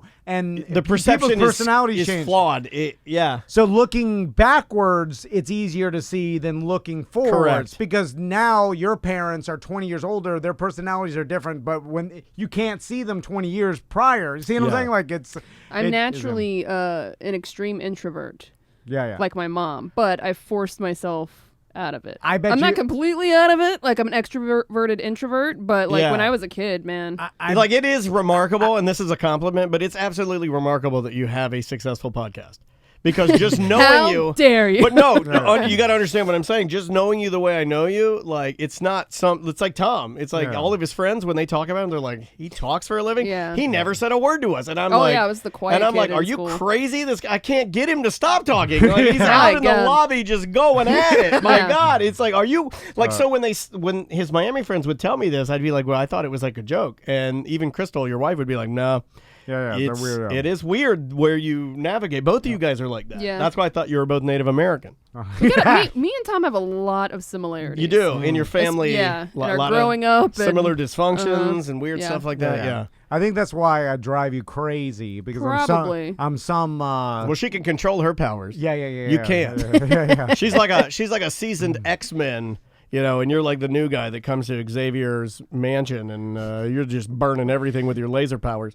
Two people that are alike often don't get along as well. Oh, she hates you. I know. Tells me about it all the time. Because I'm like, I got 25 pizza parties I'm sitting on. And I'll never see it. You know how many Presto trips I've gone to? None. You know how many Lee did? Oh, hundreds. No BS, but I would love to see you sit on a pizza party.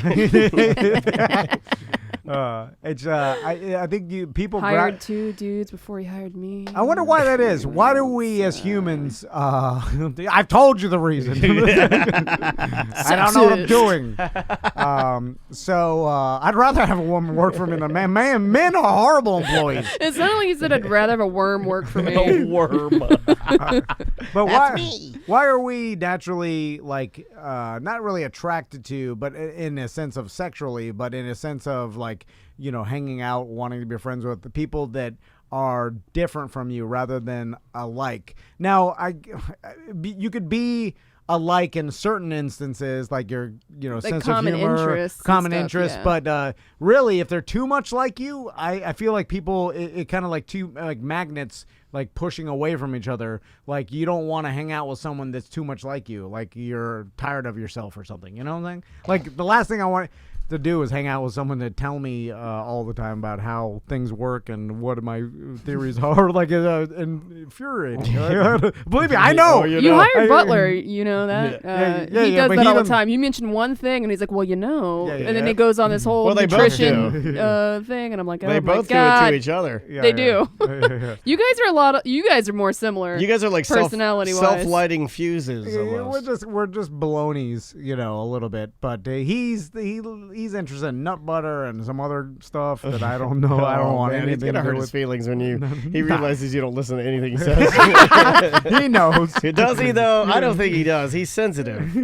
I've actually started second guessing the amount of abuse that I give him just by yelling his name. No, don't second guess it. He likes it. I don't know. He's out there crying to the fish right now. No. Let's play a couple of voicemails. This came in this morning.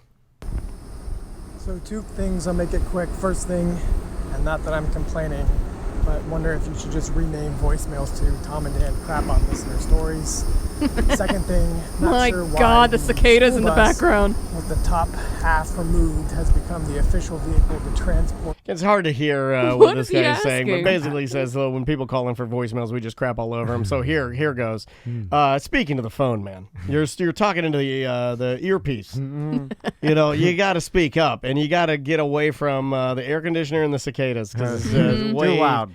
Way too loud. We couldn't hear anything that you were saying. That was worse than the crickets. Isn't there like a 17-year cicada hatching that happened? It's like once every 17 years. Nobody should witness that. I think that's happening now. That cicadas are being hatched from 17 years of hibernation, and they're gonna flood South Carolina. Yeah, you're right. It's what states are? It's like God. Are there Virginia's big gross grasshoppers? Yellow grasshoppers, the big ones though. No, well those they have those near the beach, near my mom's beach house. And the Everglades are real prevalent. And Maisie saw one and it was terrified of it. And then I whacked one with my sandal. Man, there's a lot of parts to that thing. Oh yeah, it was like breaking a Lego set. A brood of big red-eyed cicadas are slowly emerging in North Carolina, Virginia, and West Virginia.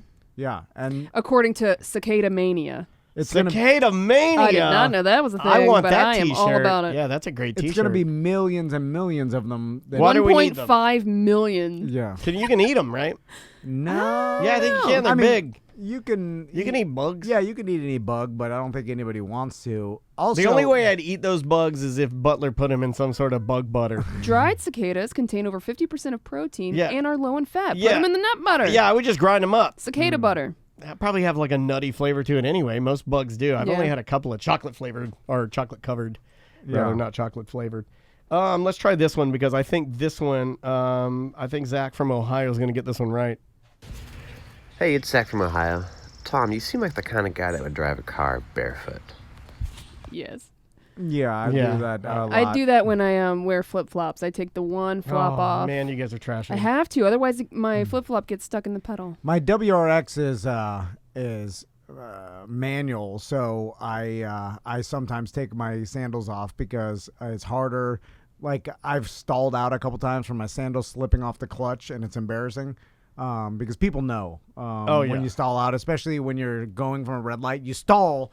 And then the people behind you immediately start honking, like as if you're looking at your phone, and then you got to push the clutch and start it, and then I've noticed that people behind you don't give you a beat anymore. No, it's immediate. It's immediate. I think it's because of the phones. I think so too. And they're just telling you like, "Hey, it's green." Like, I think it's deeper rooted than that. Okay, follow me with this. I do think that it's because we all immediately want to assume that the person in front of us is on their phone not paying attention. But beyond that, we're so used to getting everything instantly now.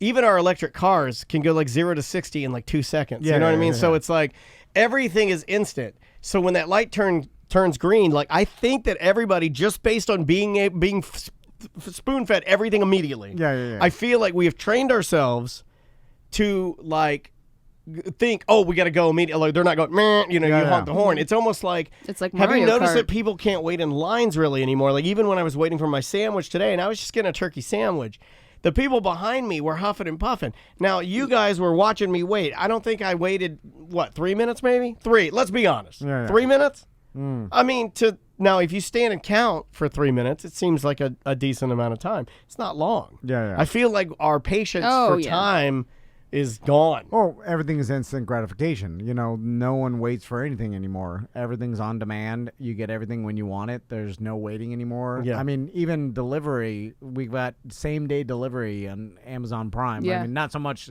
harder now, but you could deliver. I mean, everything's instant. I mean, the longest you have to wait is 2 days, maybe. And you can rectify that with money. I mean, you could just pay for same-day shipping or something. If you really wanted to do it. It's we're becoming everything we want. Because it is a skill. It's a great skill. To be patient? Yeah. And I'm pretty good. My line patience is really good. I have excellent line patience where I won't get mad, I won't get irritated. I'm just waiting in line. This is what it is. Although it seems if you're more efficient, you can get a lot more done in your life. I was even going back to that conversation we were having last Friday's ACT about how much work you get done at home. 30 years ago, it would probably take you all day to get what you could accomplish in 1 hour now because of technology. We have instant emails and instant access to everything. All information is available on the internet. When, 50 years ago, you'd have to research something all day to find out an answer. You'd have to go to the library. Or who knows how you get it, you know? And now it's just, I know who didn't do their homework when they were a kid. No. I don't even know how you do it. Let's try this guy. Hey, Mike B from Qdoba here. So, I'm not the world's most intelligent man, and I may have won a spelling bee championship or two in my lifetime, but with all this Qdoba talk, can Tom Van even spell Qdoba? How dare you, Mike B? Can you? Are we going to do a Mike B, Tom Van spell off? Because I'll tell you who's going to win right now. It's the drunkest guy there. I would do it. I would set that up. Can you spell Qdoba? I believe it's Quudoba. Don't give hints in there. No, that's Butler. what I would have said. Q-U-D-O-B-A. But that's incorrect. Yeah. There's no U. It's just Q and then Doba. Oh, okay. Well, that's lame. Add the U, and your tacos won't That's suck. Qdoba. He went on to say this. I mean, more to the point, Tom, can you even spell Tijuana Flats? Oh, come on. Can you spell Tijuana? I'll be honest, I can't. I always mess up. Is it T-I or T-E? I often have to remember, when Flats has 2 T's and an S, or no, just 1 T and an S? 1 T. Yeah. I don't know how to spell. Yeah. I might be a worse speller than you are. I think I'm the best speller in this whole goddamn building. Oh, I know you are. I know you are. Yeah. You don't need to know how to spell. Computers do it for you now. It's fine. There's teach my sons, like, don't bother learning. Well, learn the important stuff. Spelling and math is overrated. A computer can do it. Your phone will do it for you. It's fine. Right? Learn how to navigate your phone better. Yeah, you need to put your learning into the things that aren't being done for you. Yeah.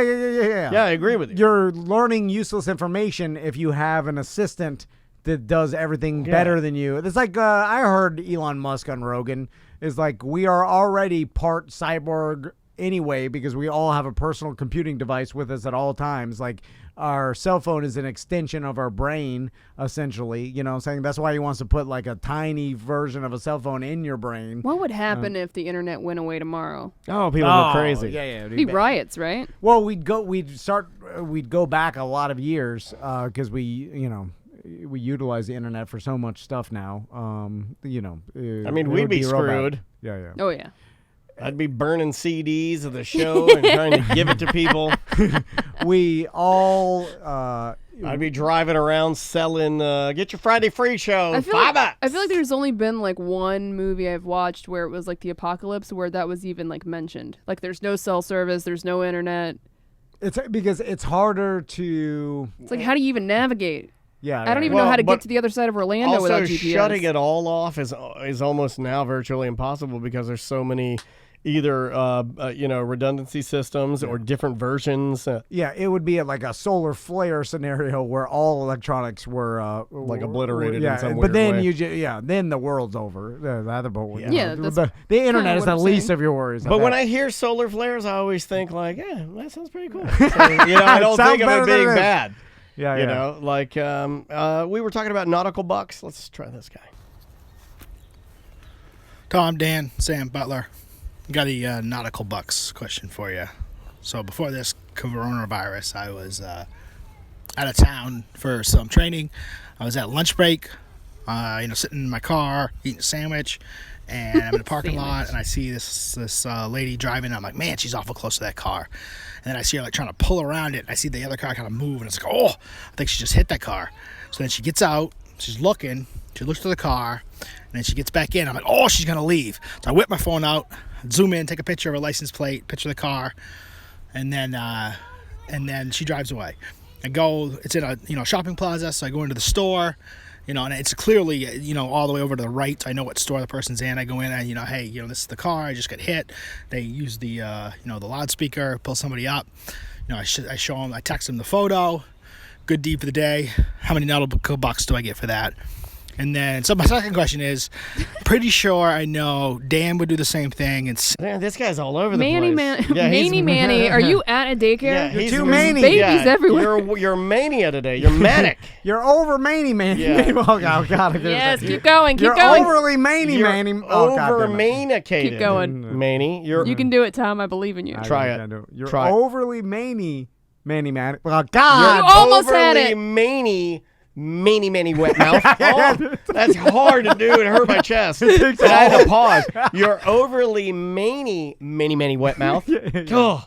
It's hard. That is very hard. I've used 100% of my brain power and it's not there. There's one trickle of blood that just came out, and I'm craving Eggos right now. Dan would do the same thing because Dan's a car person, and Sam's hates a-holes, and she would want somebody to do that for her. But I don't know what Butler... I'm a car person, but I'm a my car person. Mm-hmm. I don't care what happens to your car. If some dumb old lady hits your car, I'm not going to zoom in, take a picture, go into Birdines, get on the loudspeaker, find you, text you. I'm not doing that. Sorry, you got it wrong, Manny. Yeah. Also, I'm not doing that. What are you going to do with that information? So then you go... The cops would run her tag, pull her up.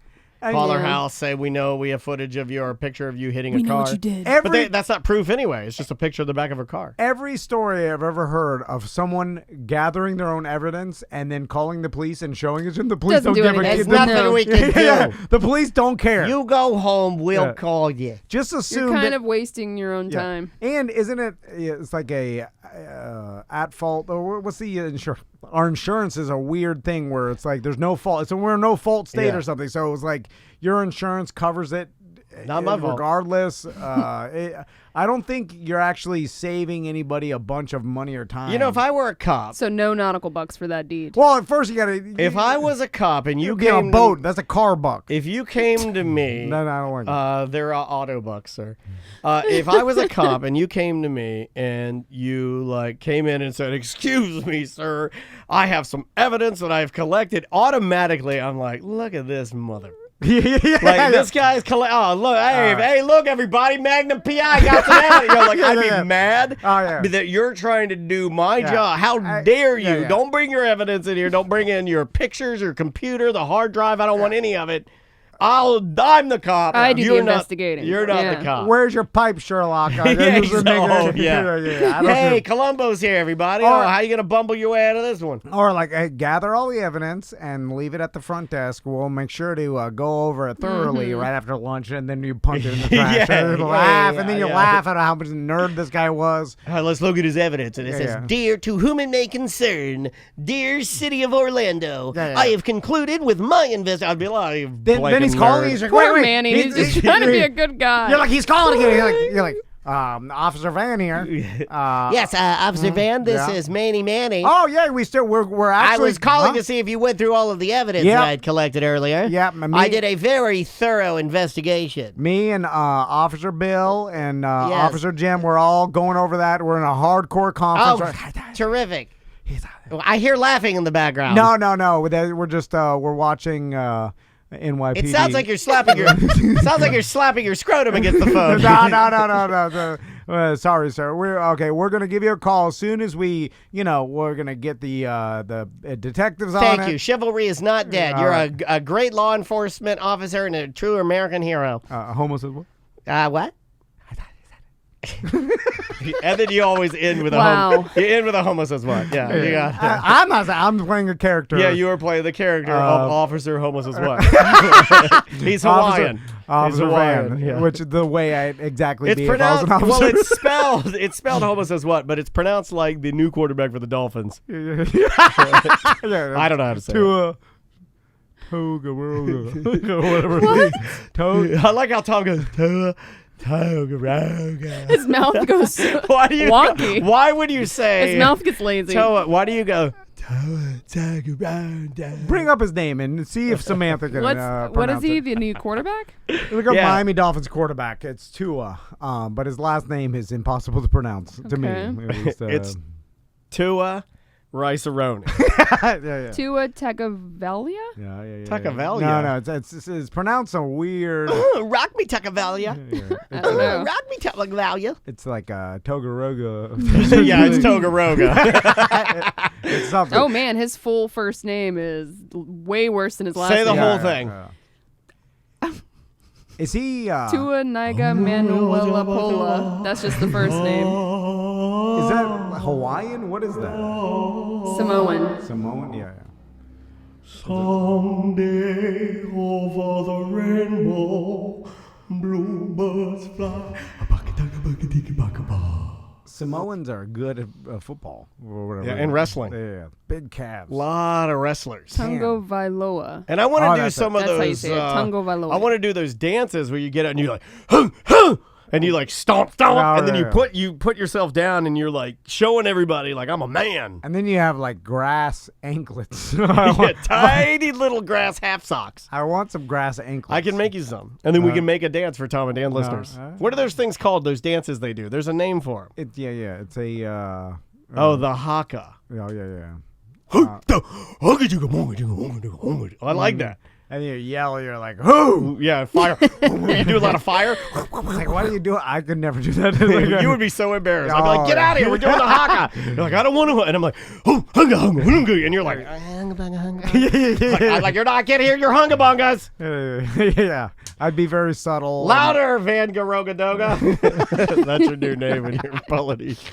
All right. Let's take a break. We'll be right back with more Corporate Time.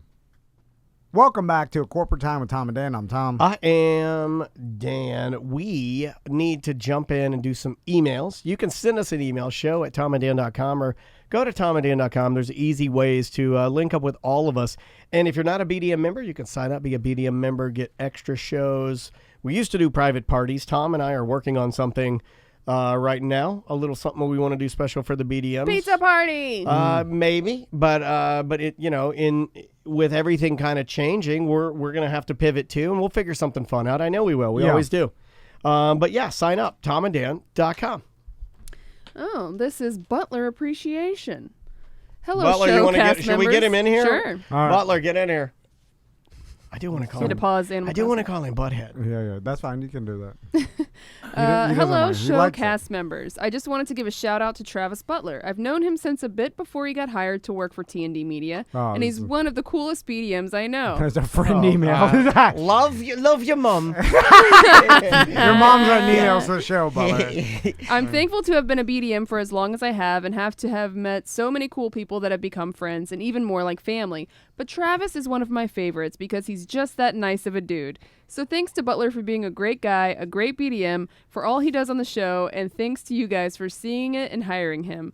Sucking fat teas. P.S. What happened to Snoots? I still have my koozie with the Lambo from the first Snoots giving. Bring back Snoots. Okay, we'll bring back Snoots then. Hashtag Snoots is back in play. Back in play, Snoots. Full confession, I wrote that email. At the beginning of the show, we'll do, because I want a catchphrase for the beginning of the Friday Free Show and the end. So the catchphrase at the beginning, I'll go, Snoots. And then we'll go up, down, Snoots. And then at the end, we'll go, stay safe out there, everybody. Because that's what you said to the guys from Liquid Glass Guard, Bears, me, and Sam. The problem is Snoots is too hard to explain. No, but it's easy. It's Snoots. It's easy to say. But then sucking fat teas is too hard to say. It's polarizing. Yeah, you're right. It's vulgar. Do you ever use that word with your wife? We don't really talk about it too much. So I don't know. It doesn't come up. But I use it. She don't mind. Yeah, I know she hates Andrea it. doesn't like it. And sometimes I say it, and I think it. I don't know what else to say though without sounding like a child. Yeah. Well. Yeah. There's not. I'm not saying boobies. I'm not doing that. I use that a lot with the kids around or whatever they say. Oh, I forgot to tell you guys this. Maybe I should save it for the Friday Free Show. I'll save it. Yeah, because we don't have any notes for tomorrow. Yeah, I got something that happened. With Maisie. It's bad. Tommy's been asking to see. I'm sorry. Crystal's. What? Yeah, teas. This is getting weird. This is getting weird. I wouldn't have said that. No, I wouldn't have said that on the air. Well, just out of curiosity. What do you mean curiosity? They're all over the internet. He wants. Get him a Pornhub account. No, not for that. Oh. He's curious. He's like, I want to see I want to see. Show me your world. He wants to see the nips, and then Chris my God, he was like, no, that's my. I don't want to show you. Yeah. And he's like, I want to see. I see Daddy's. I see Max's. Hey, I want to see yours. Hey, if you show them, I can help you with your comedy career. Work your way through the ranks. Where's my plan? Tuna Daddy's got a point in the chat. It's natural ask after staring at Soapy Butt. She started something she can't stop now. Dare I say, pun intended, she cracked this wide open. It's just he's curious. And then when show him a National Geographic or something. No, those are two way bigger than he needs to see. Those should come with a warning, because when I saw my first National Geographic, I remember I was like, what is happening? You want to compliment Soapy Butt with a Soapy Beanbag. Don't soap How that thing. rude. Soapy Beanbag. Did you just call his wife's teas beanbags? No, he's talking about me. Oh. Yeah. Like I should put a picture next to it of the beanbag. I told you to do not that. do that. It balances it all out. It's kind of all right as in the. I don't think that balances it's it out. Yeah, it's like salt and pepper shakers. Yeah, exactly. Yeah, it's like bookends. Yin and yang. There was a guy a lot in of the people bathroom. don't know what we're talking about. Tom, can I just say it? Yeah. Just quickly. Tom's wife took some boudoir photos, and there is one printed on a piece of, I guess, a sheet of steel that's been etched into it. There's a painting of her, or it's a picture of her soaped up butt. Yeah, in like black and white and like a And, very artsy. hanging over the bathroom with a chandelier over the Fancy top. aircraft aluminum. Yeah. And then everybody. How big is it? It's what huge. are the dimensions? It's it is not that big. It's like 9 feet by like the size of a movie poster. It's bigger. The butt is bigger than her actual butt, like it blown up. Ooh. You know what I'm saying? Like it's more than life size. That's how big it is. Yeah. And it's just like it cuts off at her waist and then her thighs, so it's just the butt. This So the mental butt, picture is getting so much clearer. Daniel was over the house the other day. Didn't take a peek. I did figure something out, though. Right. I don't know if you want me to talk about this. Right. These guys have mental problems. Every bathroom of their house has a different person's naked butt picture in it. Yeah. I'm going to the bathroom because I deliberately didn't want to make it weird. So I have already in my mind pretended like Soapy Butt. The painting does not even exist. I needed to use the restroom. Didn't even cross my mind. I'm not going down that road. I'm not making things weird for her, for I almost called you Tim. For Tim, for anybody. I'm not. You could have wandered in there. I'm not going to do it. You're too good of a friend. I'm not doing that. Okay. So I went to the guest bathroom during the pool party. I'm going number one. I look up what's hanging over the toilet. A picture of Max completely naked, his bare butt. My God, what's the obsession with butts over there? It's a booty thing. His was at Tiffany's wedding in Mexico. And what? And he's like, why was he naked at someone's wedding? He was naked in the wedding. I don't know why Tiffany asked for that, but I'll give you one guess where the ring was. On the Thanks. If you could have the ring bearer, please run down here and unsheath, please. Max was on our balcony in Mexico, and he was peeking. Full nude? Yeah, but he was peeking. What family are you? A bunch of their mental problems. It was no one's around. He was peeking over some plants, looking out in the ocean. And then the picture was of him. He's tan, and then his white little butt. It's he's cute. He's like 2 years old. It's like Coppertone baby style. Yeah. It's like, how long gonna leave that hanging up? Well, that if you turn it around, it's permanent. His full front. It's the decoration that's in the guest bathroom. So forever. When he has friends over, when he's a teen, you're gonna have his like a 2-year-old butt up there. Baby butts are fine. Every one of their bathrooms has a butt in it. Yeah. And then where's Tommy's butt at? Where's your butt? It's too flat, a frog butt. Oh, Tommy got a frog butt? It's in the freezer when you open the freezer. In fact, here's a he is a string bean. So in our Tom calls him pipe cleaner man. Never not makes me laugh. In our new bathroom, we have that giant sheet of glass that I told you. Yeah, how's that working out? So fine, I'm waiting for it to crash down and chop me in half like ghosts. But because I've almost now it's in your head. Yeah. It's in my head, so every time I get up to the toilet, Stop! I fall forward a little bit. I don't know what's gonna happen. It's gonna chop. I'm gonna rhino into it, and then it's gonna chop me out. Self-fulfilling prophecy. This is that movie of Final Destination.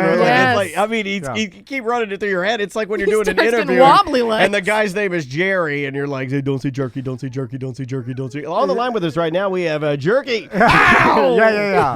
So anyway, they're both the boys are in the shower. It's fogging up, so the glass is fogged. So they started putting butt prints against the glass. That's dangerous. Yeah, this is this whole family's butt obsessed. So, my God, because Tommy has a flat frog butt. Oh, just two lines. No, just his spine. His butt print has the crack, but Max has a Kim Kardashian balloon ass. Yeah. Oh my God. He does. He's blessed with a genetic balloon butt. Yeah, he's got a balloon butt. And so when Max did his butt print, you can't it's just two dots. Well, no, and then they were arguing. They're like, "Why isn't mine have the crack? You got the dots." And they just drew a dot with their finger because Max couldn't press his butt hard enough to get to the crack. He has no thigh gap. Yeah. He's got a. That's what you want. You want that. You want that thick. Like remember the big girl you were with that time? You couldn't actually. Oh, there was no way to get there. Yeah. Like the road had been shut down. Yeah. There's no more road because the butt was pushed you too far back. Yeah. For it to make its way. Mm-hmm. I'm just saying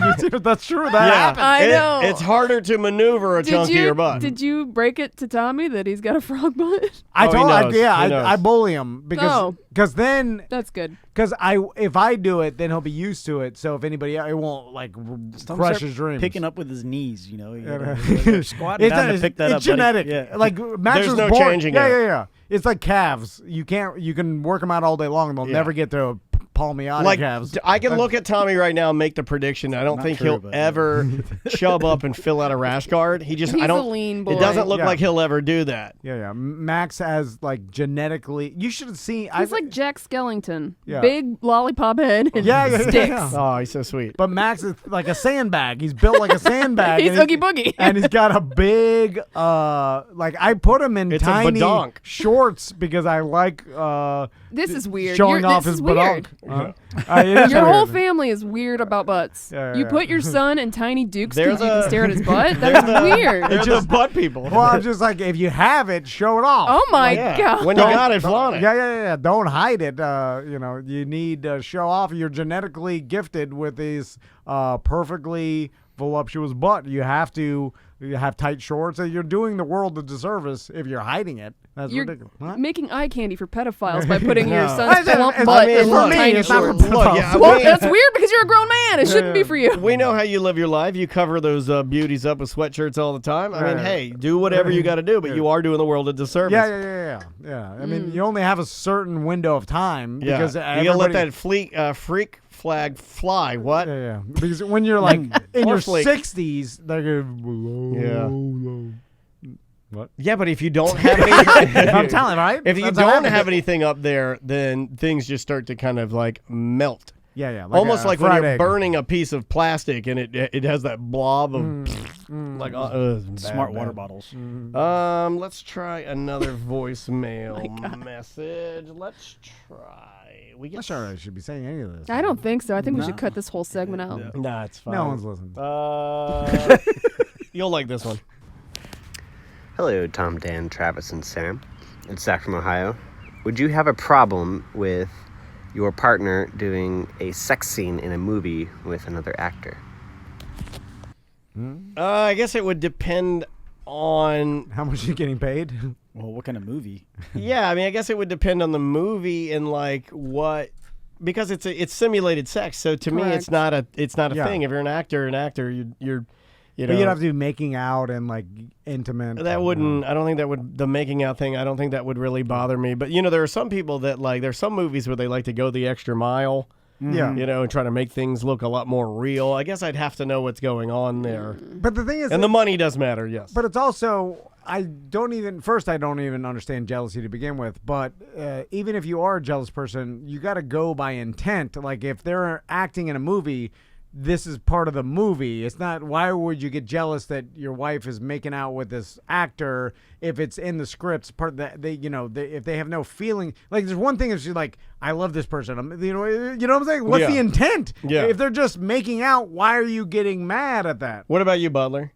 No, I don't think I would have a problem with it. I mean, I'd have to put my mindset in that I married someone that was an actor, because if my husband just out of nowhere had a sex scene in a movie, I'm not down with that. Yeah, but what if he started? Answer, what if he just like started in plays and then all of a sudden got It's so out of the realm of possibility I know. because my husband would never do that. But Tracy, you would have to I would have to be okay as a person marrying someone that's in that field, knowing that that's a thing. And I don't know, maybe if it started that way, but I don't know. Well, you'd be more used to it by then. Right. Tracy in our Twitch chat room brought up something interesting. She said Lady Gaga and Bradley, that is why they always fall in love. Are they still together? Are they together? I don't think they ever were technically together. Yeah, she's got some other dude she's been with for a while now. I don't think that they're together, but people in movies have fallen in love. Yeah, that is true. Brad and Angela originally got together with Mr. and Mrs. Smith. But I and think a few other movies like that. less about the sex scene, more about you're spending months together in close quarters. You get to know a person. We just talked about old Megan Fox and MGK hanging out because they're filming a movie together, and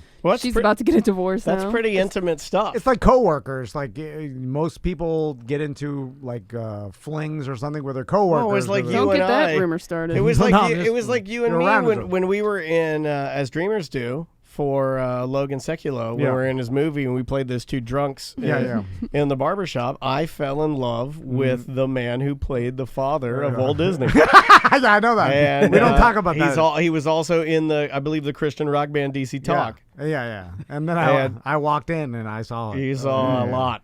Yeah. There was a lot going on. It was screaming. There was screaming happening. There was screaming. What? I was screaming. We don't talk about it. We don't talk about the screaming. No. Screaming's my love language. And it's like, it's not how you think. It's not like in pleasure screaming. It's like fear. It's like a murder. It's like a fear scream. It's like a scare scream. Yeah. But one like equals one prayer. I'm fine. I'm good. I'm totally fine. You want to do? We got to take a break. Okay. All right, we'll take a break. We'll come back and finish out more A Corporate Time with Tom and Dan.